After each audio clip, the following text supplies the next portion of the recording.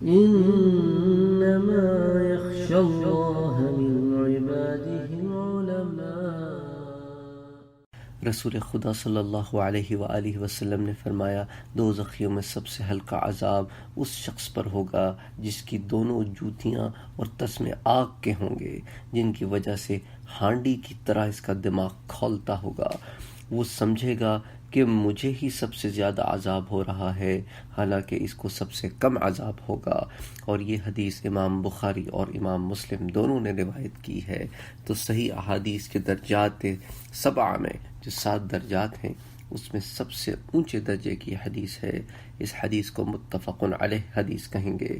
مسلم شریف کی روایت میں ہے کہ رسول اکرم صلی اللہ علیہ وآلہ وسلم نے ارشاد فرمایا، قیامت کے دن ایک ایسے دوزخی کو جو دنیا میں تمام انسانوں سے زیادہ لذت اور عیش میں رہا تھا، پکڑ کر ایک مرتبہ دوزخ میں غوطہ دیا جائے گا۔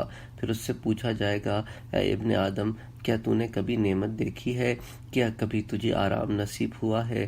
اس پر وہ کہے گا، خدا کی قسم اے رب، نہیں، میں نے کبھی آرام نہیں پایا۔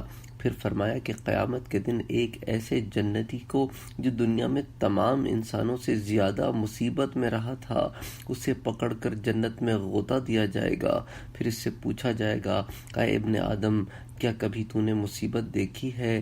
کیا کبھی تجھ پر سختی گزری ہے؟ وہ کہے گا، خدا کی قسم اے رب، مجھ پر کبھی سختی نہیں گزری اور میں نے کبھی مصیبت نہیں دیکھی۔